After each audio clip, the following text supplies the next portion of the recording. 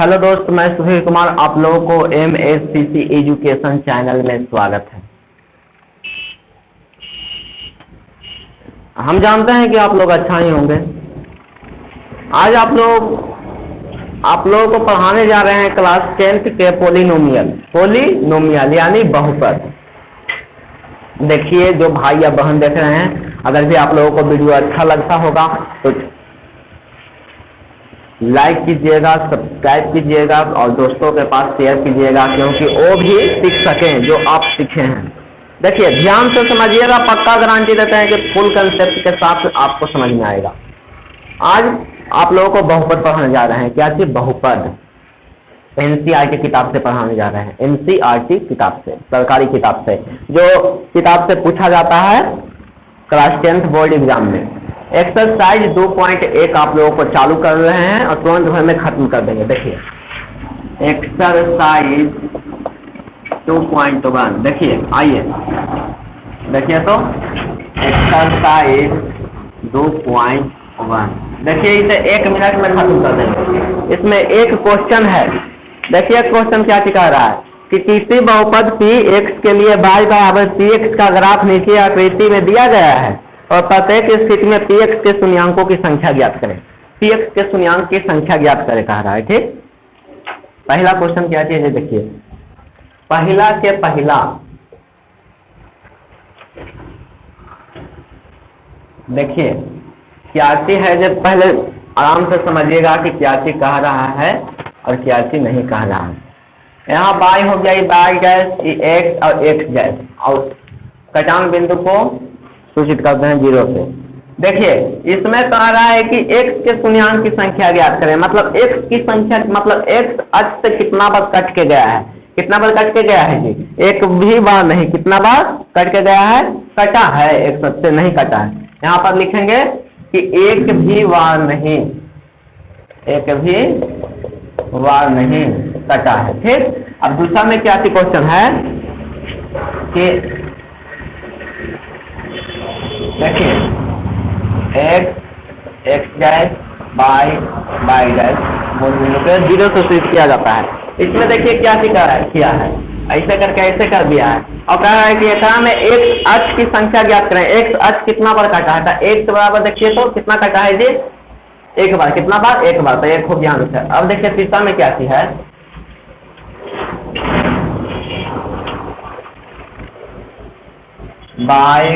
By dash x dash मूल बिंदु को 0 से। यहाँ क्वेश्चन क्या दिया है कि यहाँ से ऐसे लेके ऐसे कर दिया है। अब कहा है कि x के शून्याङ्क की संख्या ज्ञात करें। बताइए तो x अक्ष से कितना बताता है? एक बार, दो बार, तीन बार। क्या बार जी? 3 बार। अब चलिए, 3 क्वेश्चन खत्म। चौथा में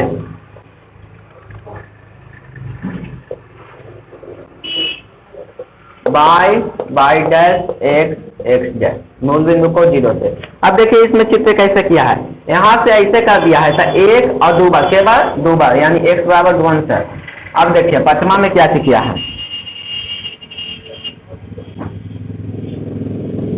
बाई डैश एक्स डैश मूल बिंदु को 0 से।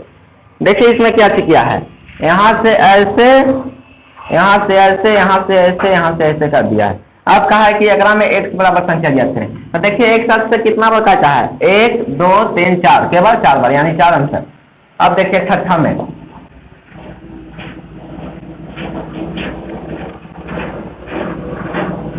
बाई डैश एक्स डैश और कटान को 0 से सूचित करते हैं।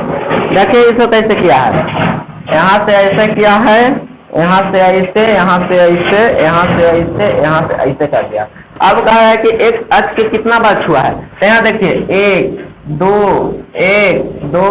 3 के बाद 3 बार, यानी x बराबर कितना हो जाएगा? 3।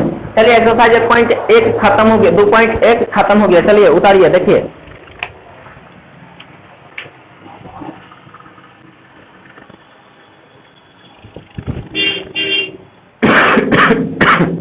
चलिए एक्सरसाइज 2.2 चालू करते हैं। खत्म हो गया जी, 2.1 आपके पास खत्म हो गया है।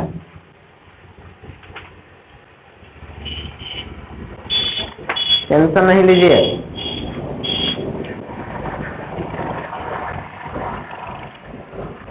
कि कैसे क्या होगा, कैसे क्या नहीं होगा। आप लोग एक टेंशन नहीं लीजिएगा।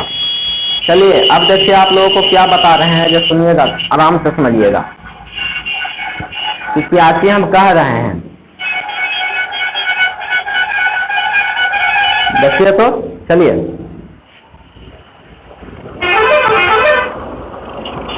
अब देखिए आप लोगों को फार्मूला बताते हैं। क्या चीज बताते हैं जी? फार्मूला। फार्मूला पर कमांड कीजिएगा, समझ में आएगा। एक्सरसाइज ये 2.1 था, अब 2.2 चालू करते हैं। देखिए एक्सरसाइज 2.2 अब चालू करेंगे।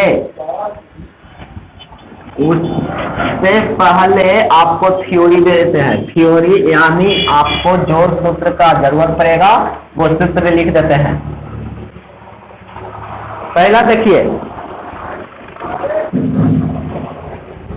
पहला में क्या चीज दे रहा है ये देखिए। एक घातीय बहुपद के पहचाने लगा है तो कैसे पहचानिएगा? ये देखिए, एक घातीय बहुपद, एक घातीय बहुपद ई कैसन रूप में रहेगा? जो समझिए कैसन रूप में रहेगा तो ये रहेगा ax प्लस b के रूप में। क्या के रूप में? ax प्लस b के रूप में। दूसरा में देखिए, द्विघातीय बहुपद। एक घातीय बहुपद मतलब होता है जिसका एक घात हो। एक घात है, हो गया। अब द्विघातीय बहुपद के कह रहा है, पहचानेंगे कैसे? X square plus B X plus C. अगर भी A X square plus B X plus C के रूप में रहेगा तो द्विघात बहुपद होगा। द्विघात बहुपद के देखिए कैसे पहचानिएगा।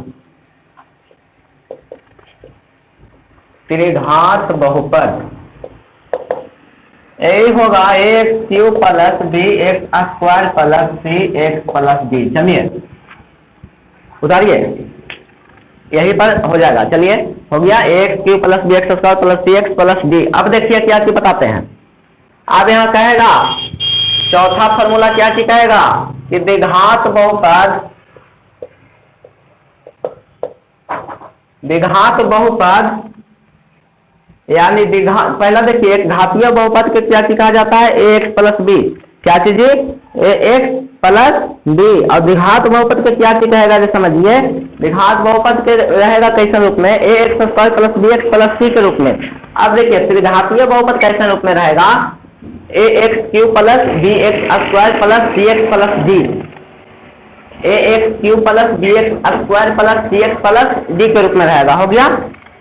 अब चलिए द्विघात बहुपद के शून्यांक कौन कौन होता है? शून्यांक अल्फा और बीटा। कौन कौन जी? अल्फा और बीटा। अल्फा और बीटा। तो द्विघात बहुपद का शून्यांक क्या है? कि द्विघात बहुपद के, द्विघात बहुपद नहीं जी, अल्फा प्लस बीटा बराबर क्या क्या होता है? अल्फा प्लस बीटा बराबर क्या क्या होता है? तो इसका होगा माइनस बी बटे ए। अगर इसे सिद्ध करने के लिए कह दे, सिद्ध करने के लिए कह दे तो यहाँ पर लिखिएगा कि माइनस एक्स का गुणांक बटा एक्स स्क्वायर का गुणांक। हो गया। अब छठा फॉर्मूला क्या सिखाएगा कि अल्फा इंटू बीटा यानी शून्यांकों का गुणनफल। इस शून्यांकों का योगफल हो गया, इस शून्यांकों का गुणनफल हो गया सी बटे ए। सिद्ध करने के लिए कह दे तो कहिएगा कि सी का गुणांक अब बटा एक्स स्क्वायर का गुणांक। चलिए उतारिए।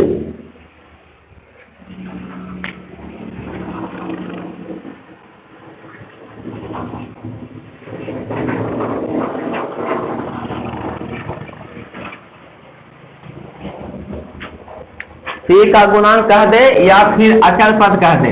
क्या सिखा दे? अचर पद। बात वही हो जाएगा जी। चलिए उठाइए आराम से। फिर देखिए आगे आपको क्या चीज बताते हैं।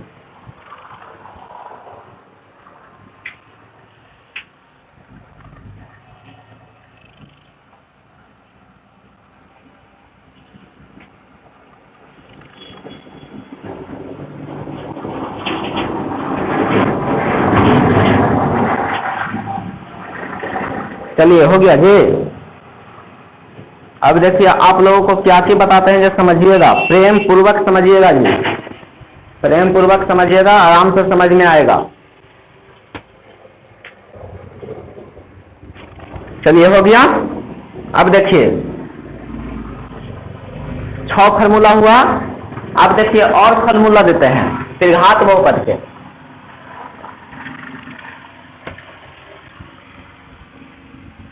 उतना हो गया। अब देखिए त्रिघात बहुपद के देते हैं।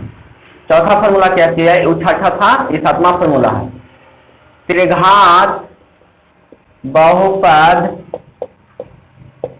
का शून्यांक कौन कौन होता है, शून्यांक कौन कौन होता है, तो अल्फा एक पढ़ा जाता है, अल्फा एक पढ़ा जाता है, बीटा एक पढ़ा जाता है, गामा।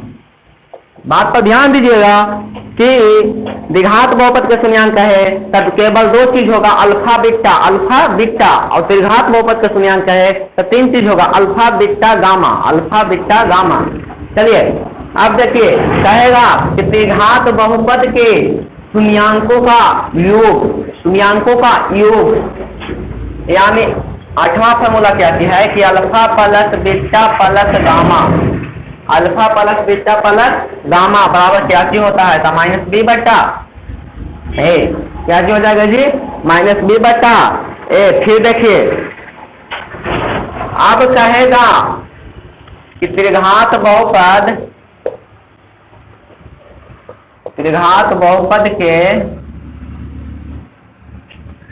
दो करके शून्यांकों का गुणनफल के योगफल, गुणनफल के योगफल, यानी इसे ऐसे कहेगा कि alpha into beta plus beta into gamma plus gamma into alpha बराबर क्या होता है, alpha into beta plus beta into gamma plus gamma into alpha बराबर क्या होता है, यहाँ हो जाएगा सी बट्टा ए, क्या चीज सी बट्टा ए, और यहाँ कह रहा अल्फा प्लस बीटा, अगर विस्तृत करने के लिए कह दे तो देखिए क्या चीज लिखिएगा, यहाँ लिखिएगा के माइनस बी कह दे तो लिखिएगा कि माइनस एक्स स्क्वायर का गुणांक, इसका गुणांक जी एक्स स्क्वायर का गुणांक बट्टा एक्स क्यू का गुणांक हो गया, और सी बटे ए कह दे तो यहाँ लिखिएगा कि एक्स का गुणांक बटा एक्स क्यू का गुणांक। अब देखिए लास्ट फार्मूला बहुत ही जबरदस्त, 10वां फार्मूला, इस सभी फार्मूला का यूज होगा 2.2 एक्सरसाइज में, समझिएगा ध्यान से। 10वां फार्मूला क्या है कि शून्यांकों का गुणनफल माइनस डी बटा ए, शून्यांकों का गुणनफल कह दे, त्रिघात बहुपद के शून्यांकों का योगफल, द्विघात बहुपद नहीं होकर हो जाएगा खाली सी बटे, लेकिन ये त्रिघात बहुपद का है, त्रिघात बहुपद के शून्यांकों का योगफल यानी माइनस डी बटा ए, यानी अचर पद बटा एक्स क्यू का गुणांक। चलिए उतारिए।